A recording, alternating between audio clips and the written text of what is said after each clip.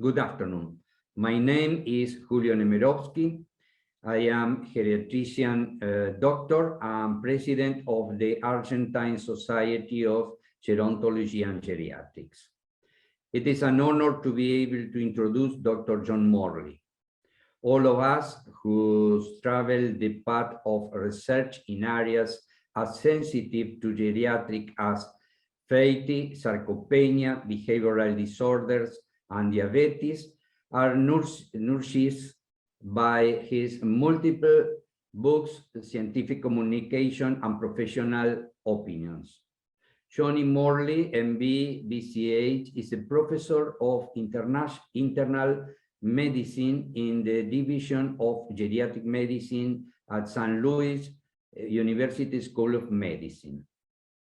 He has edited more than 20 books and published more than 1,400 papers, with major research emphasis on the role of the neuropeptides in the modulation of hormonal responses and behavior.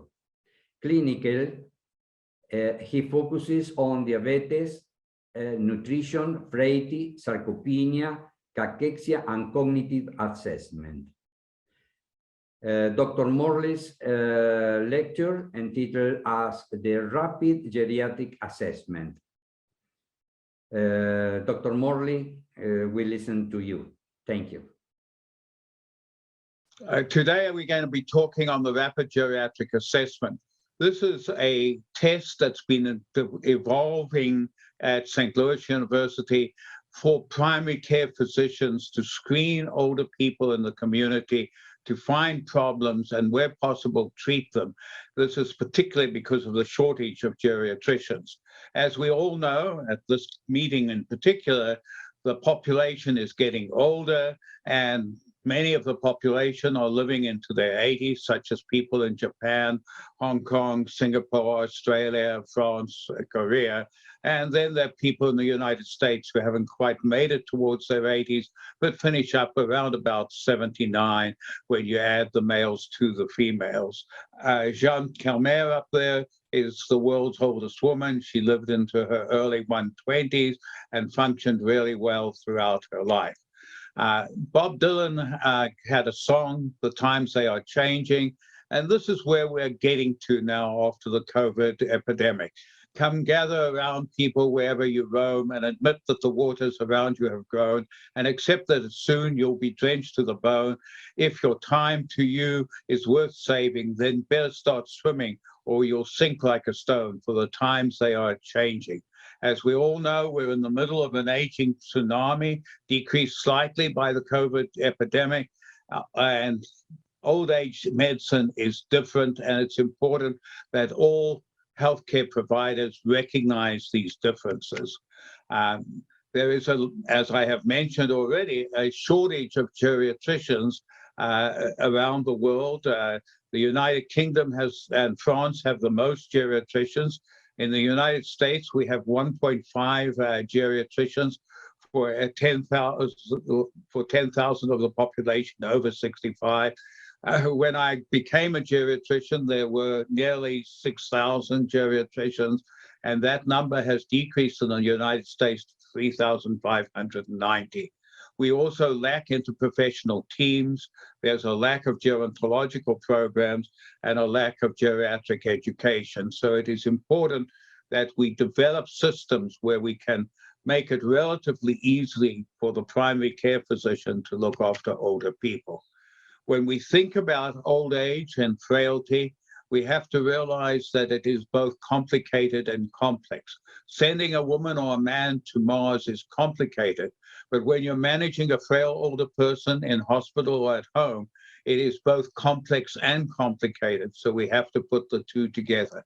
And when we think of why the care is so complex for older people, transitions between care can be very complicated. Finding meaningful non-pharmacological interventions is difficult. Poor coordination exists between care providers in most countries.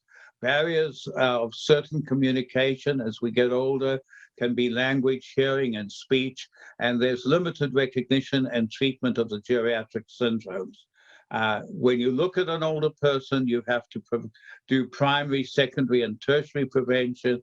It needs to focus on the human team care, and overall around the world, geriatric care is poorly reimbursed and compared to giving people medications.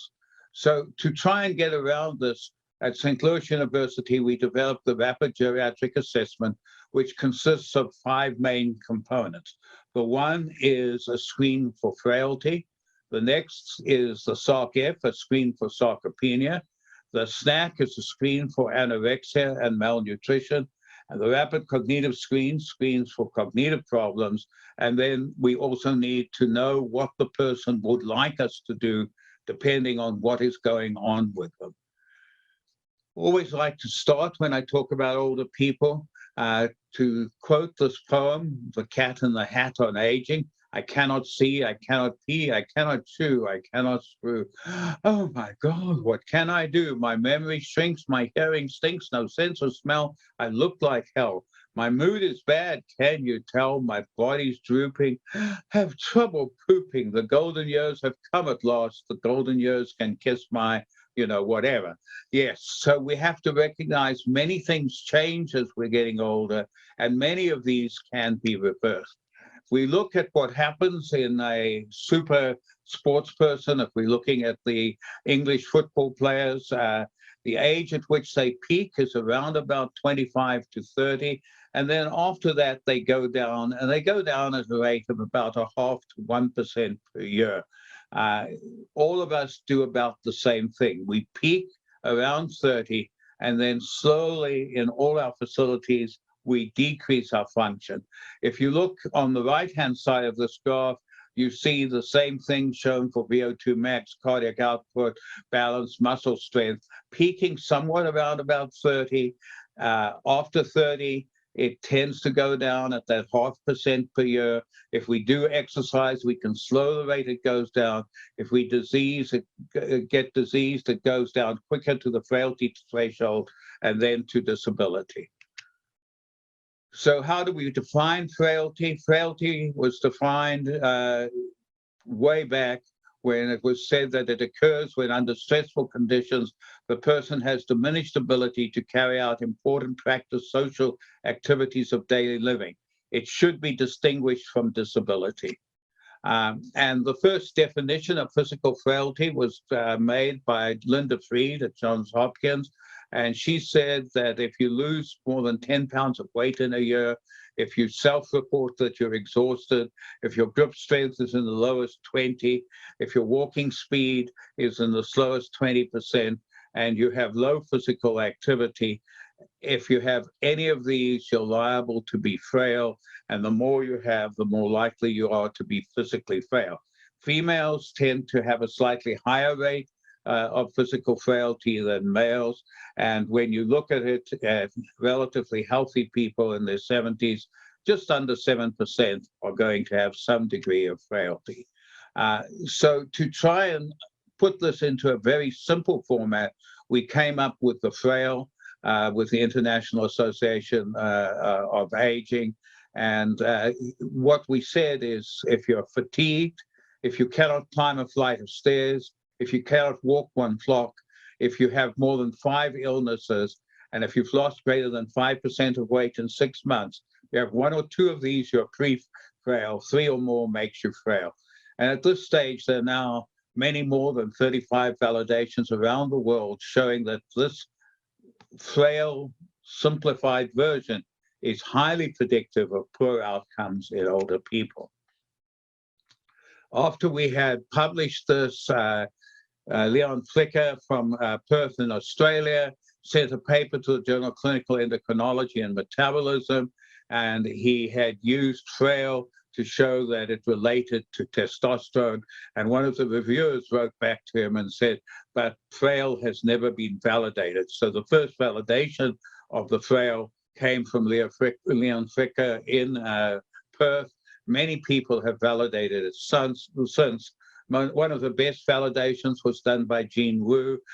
She showed that the FRAIL scale was equally specific to the Rockwood, the cardiovascular health scale, that's Fried scale, or the Hubbard, and this was true both for physical, for mortality in both males and females. In St. Louis, we looked at a younger group starting between 50 to 65, and we followed them for 9 years. And what we found in this group, that the frail was highly predictive of poor ability to carry out the daily activities of living, and also predicted mortality. And again, it did very well compared to the other frailty scales around. We looked in Missouri at over 10,000 people around the state. And what we found is that when you looked at the screening, basically, physician screening, about 20% were frail. If you came to a non-physician screening, people who came tended to be frailer. Nursing homes, about 70% were frail, and in hospitals, again, about 45%. Frail increases with aging, going from about 23% in the 65 to 74-year-old to 40% in those 85 and plus. We need to look for and find some nice physical markers of frailty. Working with Andy Wynn in our group, we showed that progranulin, which is a marker of inflammatory disease, is a good measure of picking up those people who are frail by either the frail, the CHS, or the frailty index, and that it correlates very well with inflammatory cytokines. So we think that you can use progranulin as a biomarker for frailty. So once we've made the diagnosis of frail, the important thing in doing a screening test is that it leads you to being able to do different reversible therapeutic mechanisms. The aged care minister, Ken Wyatt in Australia, basically said that frailty screening should be looked at as a canary in the coal mine, and that looking for it in older people is a game changer, and that once you find it, frailty can be halted or even reversed by safe and simple mechanisms. So we have to recognize we can do this. And if we look now on the left-hand side, we have the frail screener there. And if you report that you're frail, fatigued, we have to look for whether you're depressed.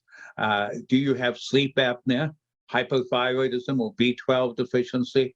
Are you anemic? And do you have hypotension or orthostasis? Obviously, the resistance and aerobic are looking for sarcopenia. And if that's the case, we need to listen to the physician or the healthcare professional who will tell us to do resistance exercise and aerobic exercise 3 to 5 times a week. If we have more than 5 illnesses, this is a proxy for polypharmacy. And in previous studies, we've shown that people who have 5 or more illnesses, medicines, tend to do badly. They're often on anticholinergic and other drugs that are negative for older people, and drug reduction is important. And then the other big piece of frailty is loss of weight, and we'll talk about that in a minute. Remember that if the person's fatigued, you need to screen for depression. The best screen for depression is the PHQ-9.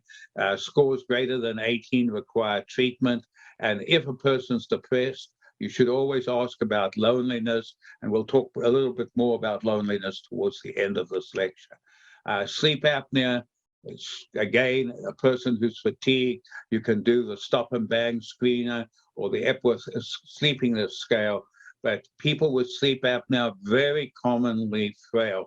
In our community studies, we find about 1 in 10 people who score positively on the frail scale have sleep apnea, and it's extremely important that we actually pick these people up and treat them early. So After frailty, the next geriatric syndrome we want to look at is sarcopenia, which is poor function associated with muscle loss. Sarcopenia is recognized as an independent condition by the International Classification of Disease, the ICD-10, and it's important because this means that we can actually bill for screening and also for treating it. If you look down there at the bottom, you see a relatively famous movie star who became the governor of California, and you can see when he was a movie star, he had great muscles. In his 50s as governor of California, he was showing fairly clear beginnings of sarcopenia. Perhaps the best example of sarcopenia is Olga Kotelko. She was a 90-year-old long jumper. She could jump 1.5 meters. This is in comparison to women high school champions of 6.9 meters and the women's world record of 7.5 meters. So where did sarcopenia come from? It was first described in the 40s by MacDonald Critchley, who noticed that as we got older, we had wasting of our hands and feet, and he thought that this was an important thing to look at. In 1988, at a meeting in Albuquerque in New Mexico, Irvin Rosenberg from Boston was the first to use the term sarcopenia, pointing out that people who were losing muscle had poor outcomes. There are many causes of sarcopenia, as are shown on this slide, and if you want to look at it, decreased physical activity is certainly one of them. But another is mitochondrial activities. And recently it's become very clear that a number of small RNAs play a major role. So take as an example, the MOTC mitochondrial RNA decreases myostatin. By doing this, it prevents the loss of skeletal muscle. When myostatin goes up, you get skeletal muscle loss. Multiple mitochondrial abnormalities have been shown to cause sarcopenia. If you have inflammatory disease, cytokine excess, such as TNF-alpha or IL-6, you again will get sarcopenia. If you lose your testosterone, your DHEA, you're going to become sarcopenic. People who are vitamin D deficient will become sarcopenic. If you have decreased growth hormone and ghrelin, this will lead to a decrease in insulin growth factor 1 and muscle growth factor, which will lead to loss of muscle. If you have, as you get older, decreased ciliary neurotrophic factor, this is particularly common in diabetics, you'll have decreased motor units. When you have decreased motor unit activity, you lose muscle. If you have hypoxia, you will tend to lose muscle. As we get older, basically, we have more fat in our muscle, and that decreases muscle function, also made worse by insulin resistance. If you have visceral obesity, you'll see that you have an increased leptin, which decreases caloric and protein intake. And then there are a number of genetic peptides that affect the muscle and cause muscle loss. So many, many causes of muscle loss. We need to pay attention to this. So how do we measure muscle loss? Originally, it was measured by bioelectrical impedance. This is not a very good way to do it. Then we went on to people using DEXA. This was Baumgartner first did it at the University of New Mexico. It's a pretty good way to look for loss of muscle. Ultrasound is also very good, but recently tritiated creatine has been shown to be an excellent way, the creatine dilution method, of looking at muscle loss. And all of these are important. It's important to measure muscle loss when you think the person might have it. And the problem is these are difficult tests sometimes to get. They're expensive, they're time consuming. And so because of this, we came up with the SARC-F screen for sarcopenia, which is strength, difficulty in carrying 10 pounds, assistance in walking, how difficult is it to walk across a room, rise from a chair, can you transfer from a chair or a bed, climb stairs, how much difficulty do you have climbing a flight of 10 stairs, and falls, how many times have you fallen in the last year? If you have a score of 4 or more, you're classified as having sarcopenia. And on the right-hand side, as you're looking at it, you can see a study done in Japan. They compared SARC-F greater than 4 to SARC-F less than 4, and they showed that the people with SARC-F greater than 4 had the worse grip strength, worse quadriceps strength, worse one-leg standing, worse SPPB, slower usual gait speed, and their 6-minute walking disease was less.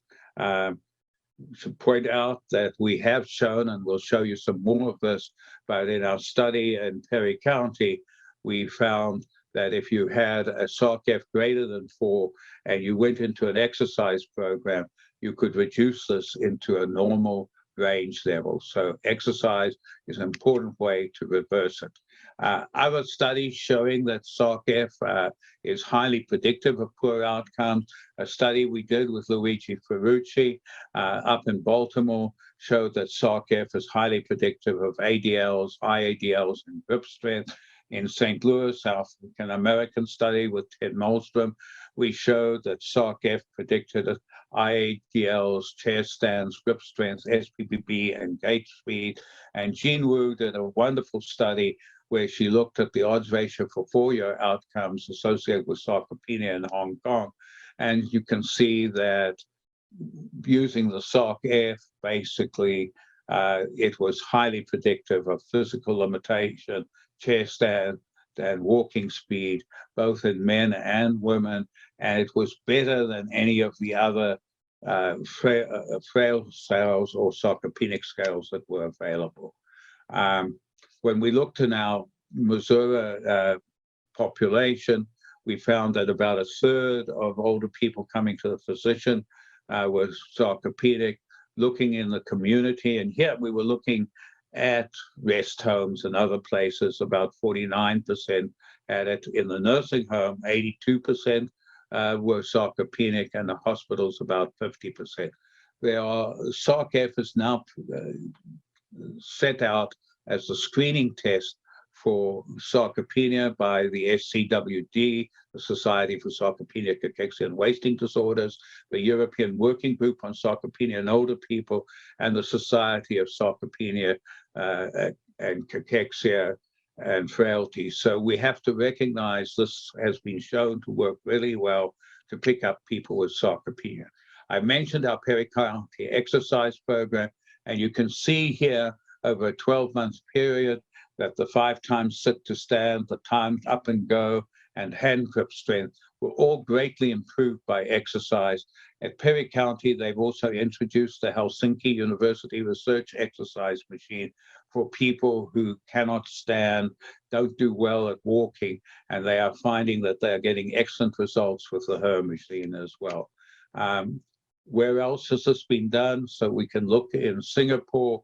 Professor Risham Merchant basically has this happy program that they do in the high-rise buildings in Singapore, works extraordinarily well. And Jean Wu with the cadenza study in Hong Kong showed excellent outcomes with exercise.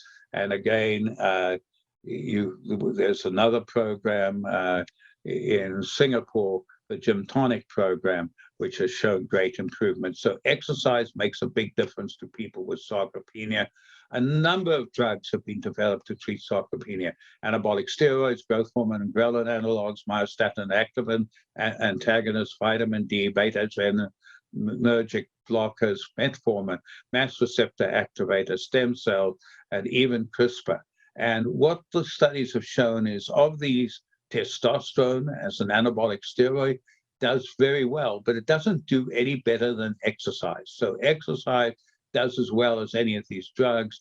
And when we compare it to basically bimagrumab, a myostatin-type drug, again, exercise is better. So exercise is the treatment of choice for sarcopenia. And in some people who have ability not to walk or lost limbs, we can look at developing and putting into place the exoskeleton.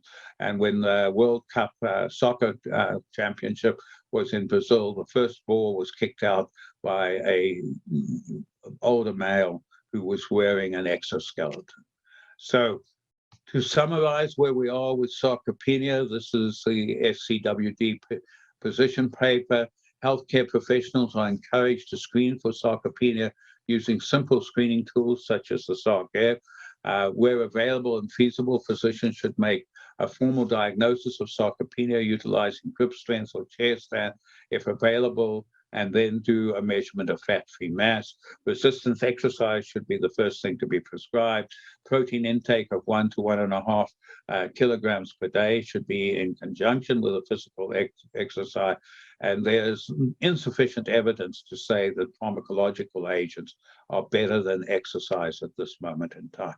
Now we go to the anorexia of aging. As Mahatma Gandhi pointed out, to a man with an empty stomach, food is God.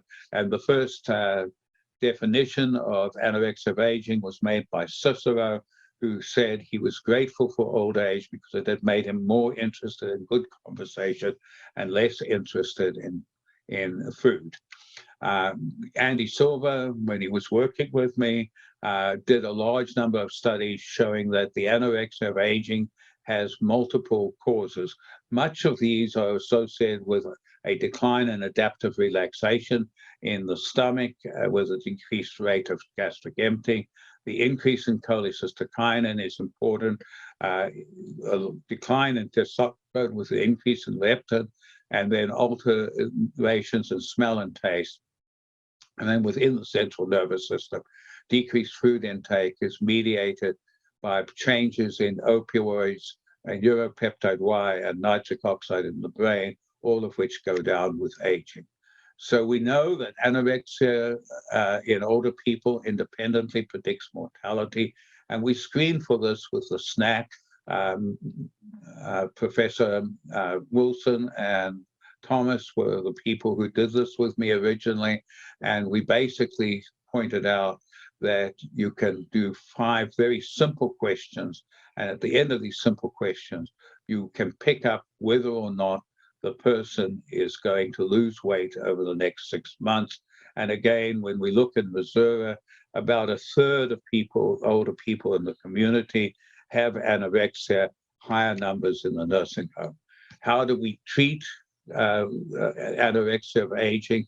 We try and increase food with good tasting foods, and we also use the Meals on Wheels mnemonic to pick up reversible causes of weight loss, such as medications, emotional depression, alcoholism, anorexia tardive, and elder abuse, late life paranoia, swallowing problems, oral problems, nosocomial infections, and no money or poverty, wandering, dementia, hypothyroidism, hypercalcemia, and hyperadrenaline, or the metabolic causes, malabsorption or enteric problems, celiac disease in particular, eating problems such as a tremor, and older people with a tremor can't get food to their mouth, therapeutic diets such as the low salt, low cholesterol diet, shopping and meal preparation problems, and then importantly, always look for cholecystitis or stones. When I developed my gallbladder disease, I lost 70 pounds before I could accept that I needed surgery, and it's a great way to lose weight, and most of it I managed to put on afterwards. The final geriatric syndrome that we screen quickly for is going to be cognition. Memory is a passion no less powerful or pervasive than love. Ely vessels or rivers run to the sea, and we have to recognize that in older people, about 45% who have memory problems will have Alzheimer's disease, a third will have vascular-based lesions, and about 10% Lewy body, and then there are about 90 other causes of dementia. And we need to recognize that dementia has been decreasing in the United States, and this is almost certainly because of aggressive treatment in middle age of cardiovascular disease, both hypertension and hyperlipidemia.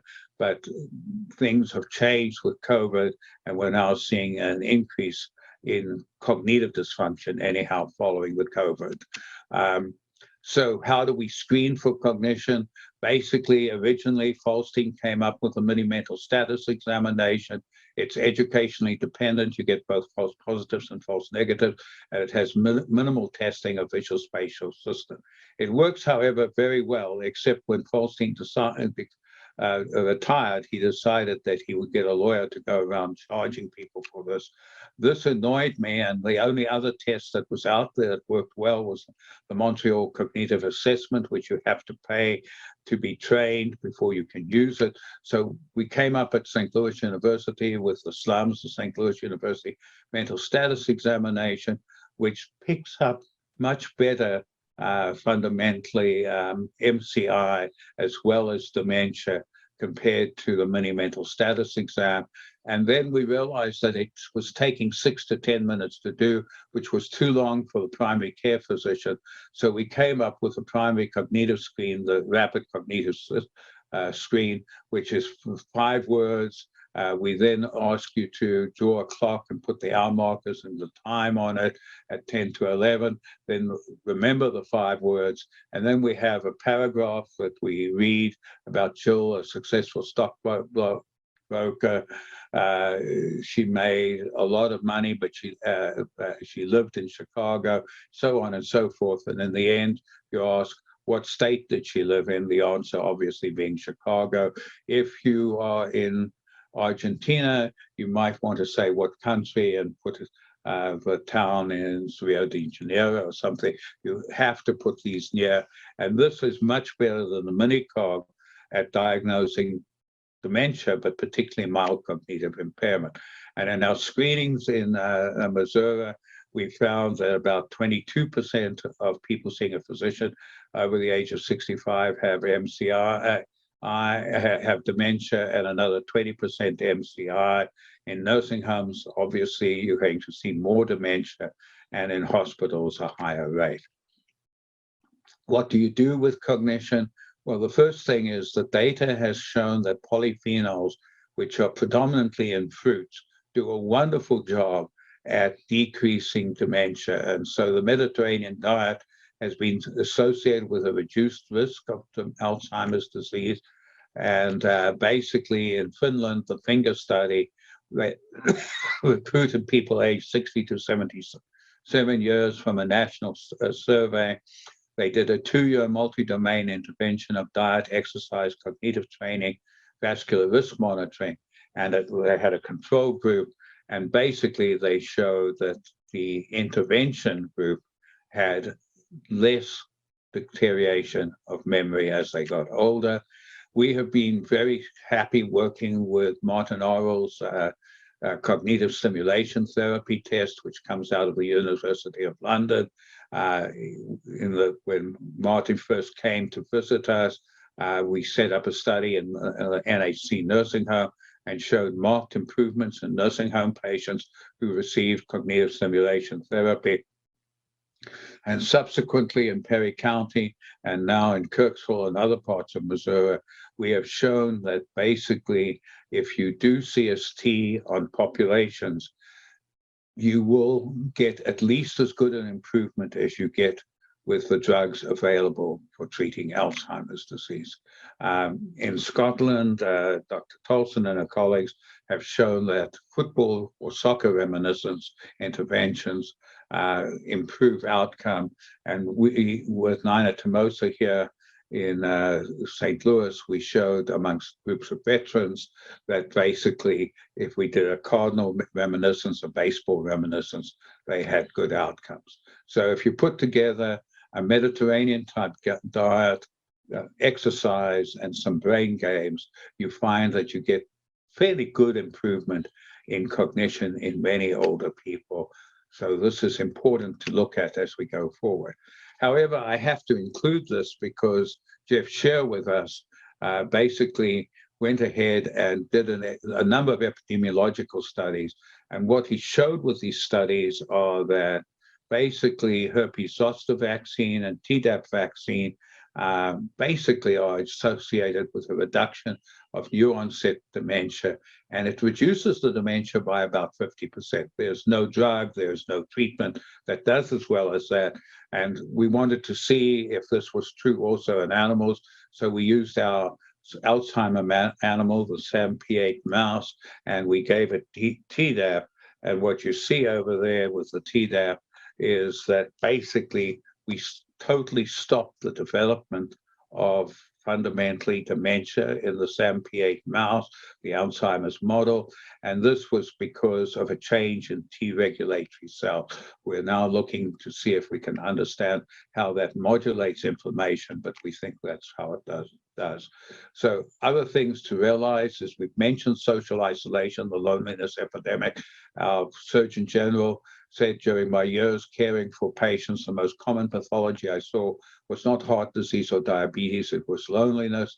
And as you can see on the left-hand side, loneliness leads to a large number of poor outcomes. No one should be alone in old age, but it is often unavoidable. And the studies by Pekkalta and her colleagues in Finland have shown that a circle of friends is a good way to bring people together and alleviate loneliness.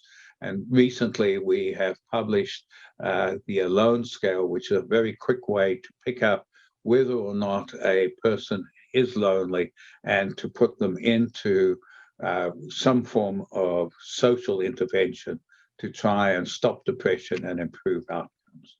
So as we come to the end, basically what we need for the future is shown with the rapid geriatric assessment. It's a patient-centered medicine where you're going to basically pick up what's going on and you're going to put the person in a high-quality, age-friendly healthcare system which will treat the different components of the rapid geriatric assessment if you have them. And clearly, we will see that with computer assistance, you will have better outcomes. Rishma Merchant, Professor Merchant in Singapore, has done this with an iPad screening with excellent outcomes in Singapore. And we have developed a part of the rapid geriatric assessment along with some of the other tests that we use at St. Louis University to show that in the annual wellness visit, you can pick up things that are wrong with a person that are treatable. And the focus is totally on treatable things. Please try and remember in older people, you would like to find treatable things that are reversible. And remember that exercise is most probably the single most reversible commodity we have in older people. So to conclude, we are going into an aging-friendly world. It has to be patient-centered. Geriatrics is a team sport. We have a whole new world that is coming for older people. And we have to remember every older person is different. So screening with the rapid geriatric assessment and then treating this individual geriatric problems that we find is the way that you can improve outcome in older people. Thank you very much. Thank you very much, Dr. Morley. Your presentation always allows us to advance in the identification of the issues that most concern us as geriatricians. Thank you. Thank you very much.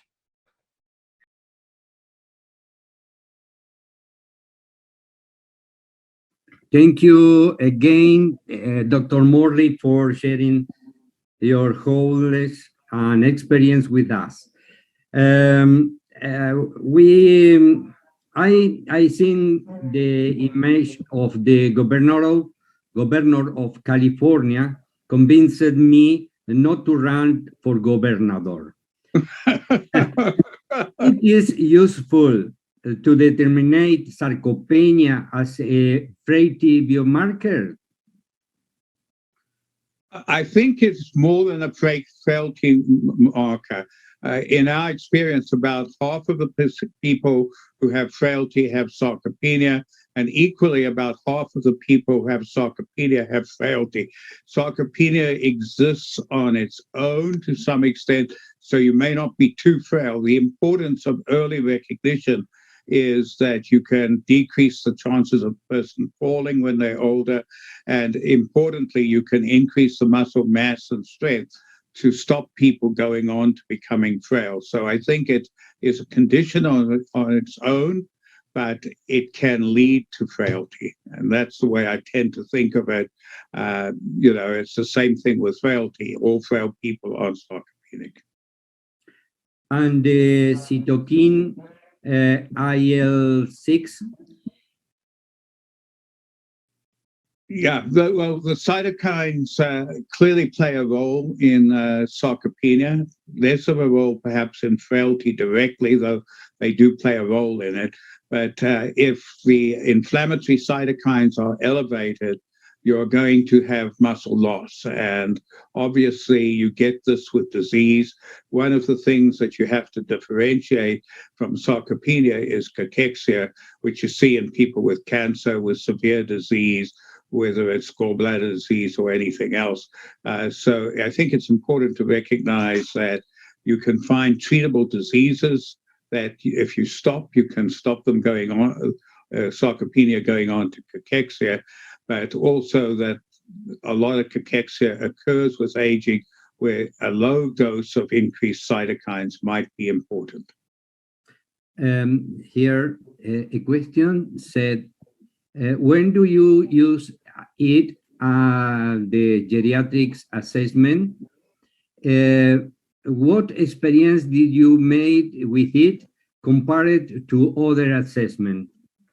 So for about 30-something years, I've been doing the general Larry Rubenstein geriatric assessment, which is long, has a lot of stuff in it, and starts with looking at the IADLs and ADLs. In the last 5 years or so, what we realized is nobody in primary care health professions has time to do that.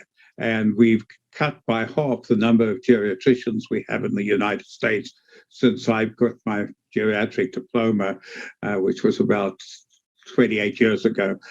So we have to recognize that we need to have something that is easy for primary care physicians to use. And because of the shortage of geriatricians, we also have to be able to guide them into what they should look for and treat where possible. We have been very successful with this. Our greatest example of Perry County, which is 100 kilometers south of St. Louis, and Kirksville, which is about 120 kilometers north of St. Louis. But all over the world, in fact, we've seen people doing it. They've been very successful at the National University of Singapore as well. But it really is aimed at not the super specialist. The super specialist geriatrician should get the patients who nobody knows what to do with or who have multiple geriatric syndromes. But with the average geriatric syndrome, what we found is developing exercise programs in particular is very important, and making sure that we look carefully for the treatable causes of, say, frailty and weight loss. And in the case of people with cognitive dysfunction, making certain that we have a program to support improving their cognition. This should be done with exercise. We've found that we've been extraordinarily successful, again, developing the cognitive stimulation therapy program, done predominantly by social workers and occupational therapists. It has excellent outcomes in our hands, and we've done this both in nursing homes as well as in the community. And I think that it's developing, and the role of the geriatrician has to become, we will develop these programs in the community rather than that we will see lots of people, screen them, and then still not have the programs. So developing programs that are good for treating all these simple geriatric syndromes, I think, are very important, and training the physician in private practice how to at least look for the obvious treatable causes and treat them, as well as the exercise, the CST programs, and things such as that, I think makes all the difference. And that's where we've been going in the last decade, but particularly over the last 5 years or so. And as I say, our example is Perry County, where their program's run by a social worker, and she's put the team together, and the physician gets asked if they think there's a medical problem, but it's all done by an interprofessional healthcare team who take each piece of it and do what they're supposed to do. So if the person's got a problem with anorexia, the dietitian comes in and does that. So I think that's where the future is, quite honestly. I think it's very exciting. And I mean, I'm sure you've done better than we've done at getting all the people in primary care to look at geriatric syndrome. So I've spent my life wondering why I've tried to teach people this, because they never seem to do them. Since we've been doing the RGA, we're having much more uptake with this in the primary care setting. Dr. George Yuri from Argentina asked you how your opinion on weight loss in demented people with the use of nasogastric or gastrostomy tubes. Okay, so we tend to think that the use of tubes, and the data suggests in demented people that if you put in a tube, they die at the same time, if not quicker. So what we have to do with the demented people is develop food preferences that they will take, including finger foods, soaking foods, but also getting someone to help feed them on a regular basis. It's not always easy. But the outcome seems to be about as good with demented people as it is putting in a tube. Where you have diseases that require a gastroscopy tube, that's different. And obviously there are places where we need to do that. But certainly in dementia, we have moved almost totally away from putting tubes into patients with dementia, because the data we've seen, our own data and that of other people, suggests that it makes very little difference. Dr. Scipioni said, I believe that any evaluation of the status of an elderly person must also consider other situations that make them dependent. And they are social disability, affective disability, cultural disability, and economic disability. Yeah. So certainly he's right. The environmental ones are absolutely key. Maybe, I don't know which country he's coming from, but in the United States, getting social things fixed. We live in a country where if you're rich, you can have anything done for you. But if you have no money or you don't have a lot of money, nobody does anything for you, which is why the United States is way down on the death rate for older people. And we just don't care. I mean, we can claim we care, but some of you might have noticed we had somebody called Trump as our president, and he cared not at all. But even the good Democrats who try to care don't put the money into it. Our system is not set up for a good social system. And the Americans listening will be screaming at me and saying I shouldn't say this. But if you deal with old people, you realize that there are lots of failures in our social system. The depression or dysphoria one is totally right, but we pick that up if we do the fatigue and we do the cognitive stimulation therapy. We can pick up most of the people who are going to be depressed. So if somebody has fatigue, we go ahead and do the PHQ-2, looking for depression in that population. Again, with mild depression, most probably you're best off in older people doing psychological involvement and trying to put groups together.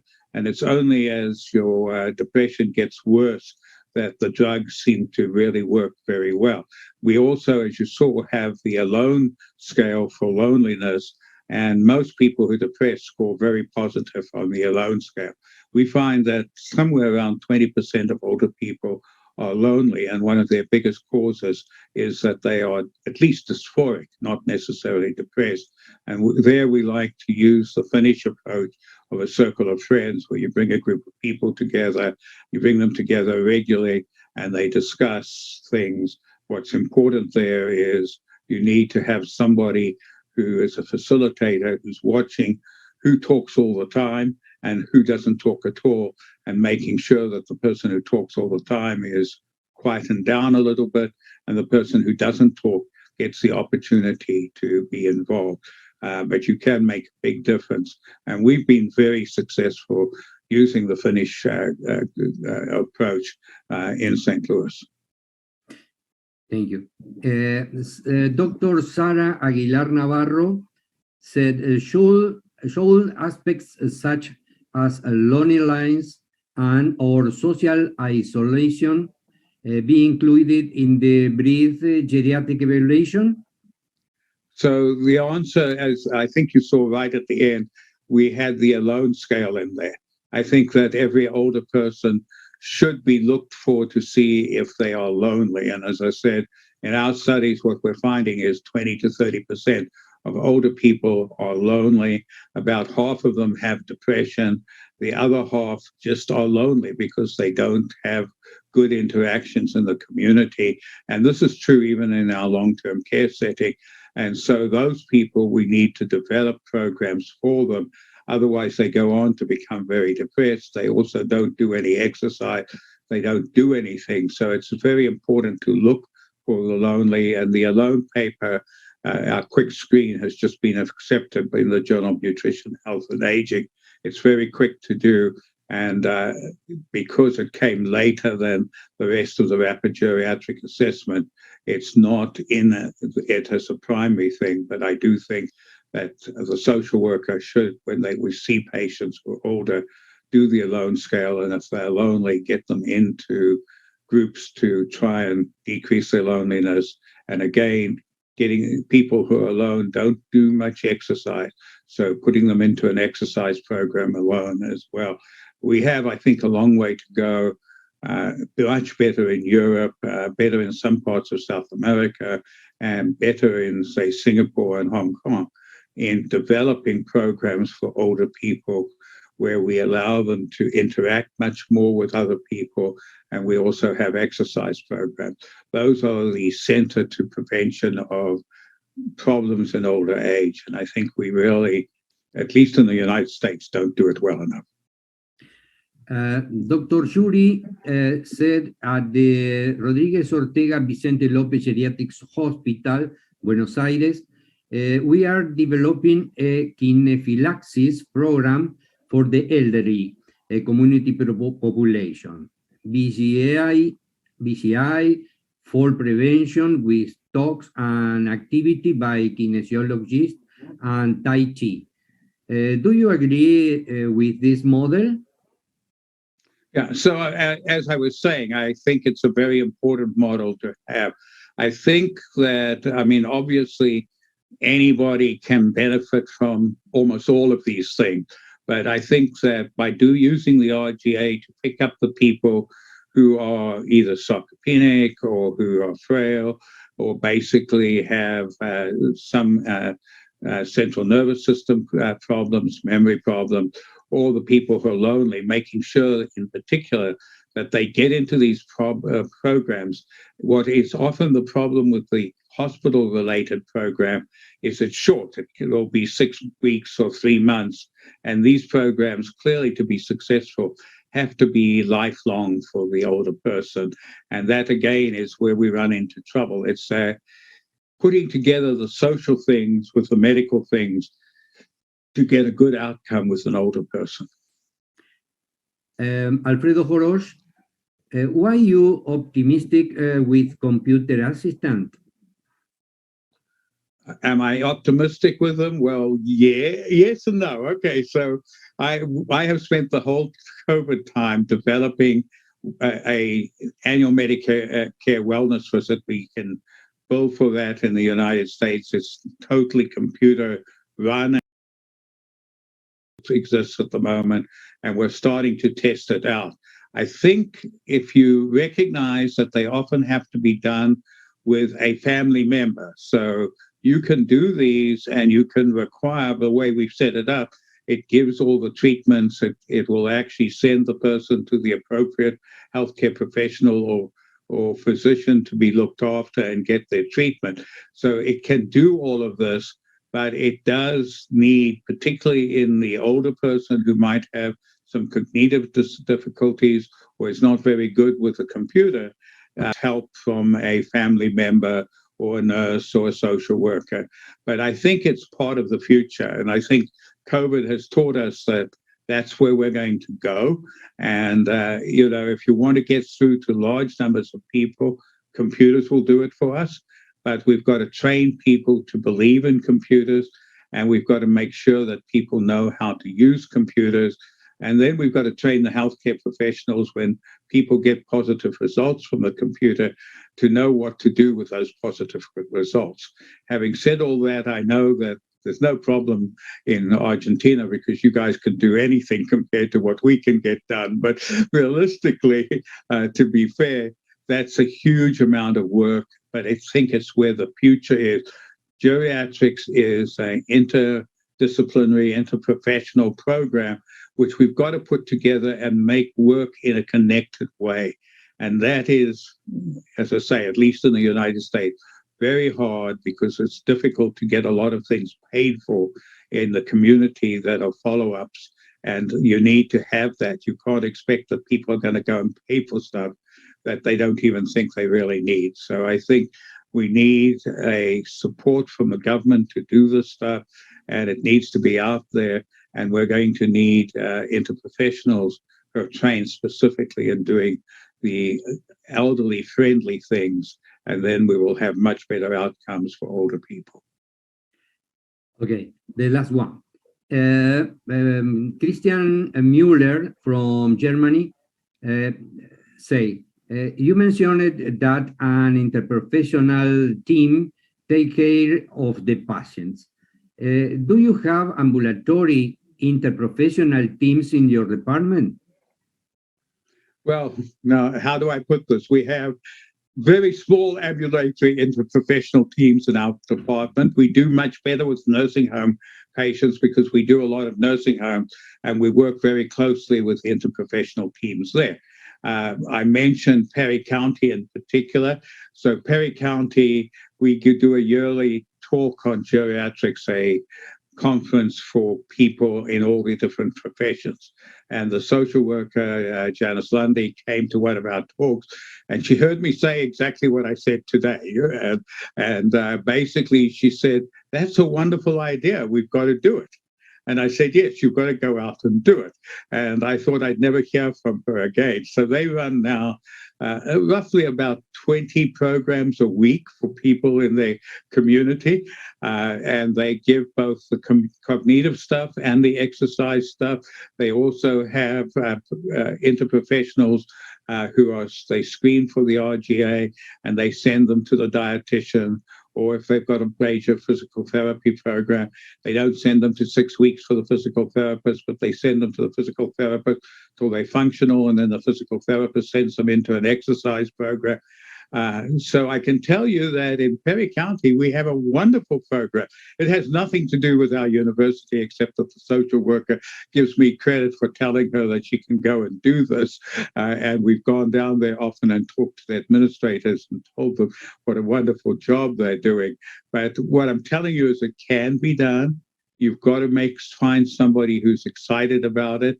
And I'm not certain that the physician has to be the central person. In fact, I'm pretty certain you do much better if you can find a primary care health professional who wants to do it and wants to put the program together and can find a way to get it funded. Thank you. Thank you very much, Dr. Morley. It's a very pleasure share this conference with us. Thank you. Well, thank you, Julio, and it was great fun to be on the program with you. I hope some people found it useful. And if they didn't, then they need to go and learn what they should know, which is not the basic geriatrics, but the very simple parts. And that's what I care about. I think I failed, I mean, I'm 76 now and I can't find programs like this for myself, let alone for anyone else. So let's be realistic about this. We've got a long way to go to create great gerontology programs for older people throughout the world. Thank you very much for putting this together. Thank you. Thank you.